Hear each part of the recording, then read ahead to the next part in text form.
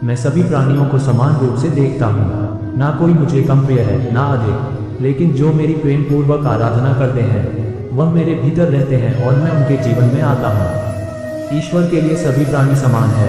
उन सभी में समान रूप से ईश्वर का वास होता है। कोई जीव छोटा या बड़ा, अधिक या ज्यादा प्रिय नहीं होता।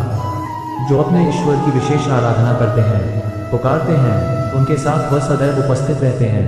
आत्मा शाश्वत सत्य है, यह अजय है, अमर है। आत्मा नए नए शरीर को धारण करती है, एक शरीर से निकलकर दूसरे शरीर में। यही आत्मा की विचरण प्रक्रिया है। इस आत्मा को न तो किसी शस्त्र से काटा जा सकता है, न ही अग्नि इसे जला सकती है।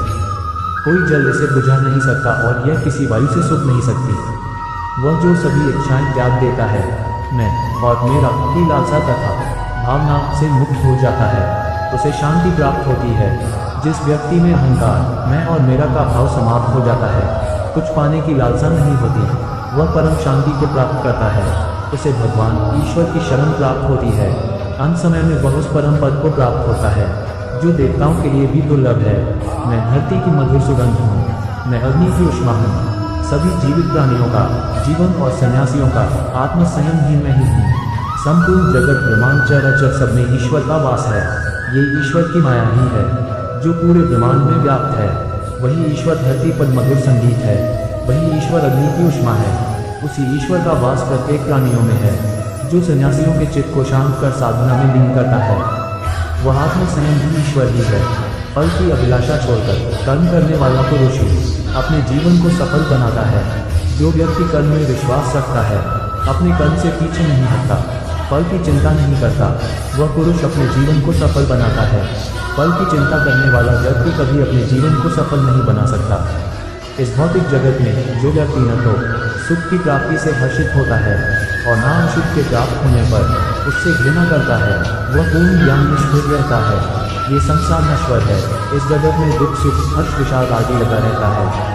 क्षण भर के सुख से जो खुश नहीं होता और अशुभ होने पर जो दुखी नहीं होता, वह व्यक्ति सच्चा ज्ञानी होता है। उसे ज्ञात होता है यहाँ सब क्षण भर के लिए होता है, भले ही वह सुख हो चाहे दुख। जो अपने हिस्से का काम किए बिना ही भोजन पाते हैं वह चोर है। ये जीवन कर्म प्रधान है। जो व्यक्ति कर्म करके परिश्रम करके अपने लिए कुछ अर्जित करता है, वह वास्तविक रूप से उस पल का भागी है, अन्यथा वह चोर की भागी है जिसे बैठे बिठाए सब मिल जाता है। जिस व्यक्ति को आपकी कदर नहीं, उसके साथ खड़े रहने से अच्छा आप अकेले रहें। जिस व्यक्ति के पास आपके लिए मान सम्मान और कदर ना हो, उनके साथ रहना व्यर्थ है। वह सदैव आपके लिए शत्रुता का भाव रखते हैं। ऐसे व्यक्तियों के साथ रहने से उत्तम आप अकेले रहें। हद से ज़्यादा सीधा साधा होना भी ठीक नहीं, क्योंकि जंगल में सबसे पहले सीधे पेड़ों को काटा जाता है। इस जीवन में अधिक सीधा होना, सरल होना भी अनुचित है। जो सरल और सीधे स्वभाव का होता है, लोग उसका अनायास फायदा उठाते हैं। दिव्यता केवल शक्तिशाली होने में नहीं, बल्कि वास्तविक दिव्यता दूसरों में शक्ति जागृत करने में है। दिव्यता को प्राप्त करने वाला व्यक्ति शक्तिशाली तब तक नहीं हो सकता जब तक वह दूसरों के हित में ना हो। वह व्यक्ति दूसरों को दिव्य बनाए, इसमें उसके शक्तिशाली होने का परिचय मिलता है। जिंदगी के इस रंग में खुद ही कृष्ण, खुद ही अर्जुन बनना पड़ता है। रोज अपना ही सारथी बनकर जीवन के महाभारत से लड़ना पड़ता है। ये जीवन एक रणभूमि है, यहाँ निरंतर संघर्षों का सामना करना पड़ता है। इस संघर्ष रूपी महाभारत में स्वयं अपना सारथी, अपना मार्गदर्शक और योद्धा बना होता है।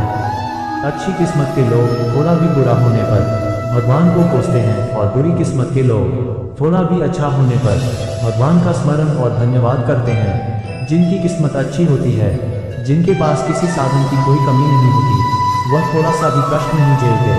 थोड़ी सी भी कमी होने पर भगवान को कोसते हैं। वहीं जिनके पास अभाव होता है, अल्पविराम, जिनके पास साधन की कमी होती है, उनके पास थोड़ी सी भी बरकत हो या खुशी मिले, वह भगवान को धन्यवाद करते हैं।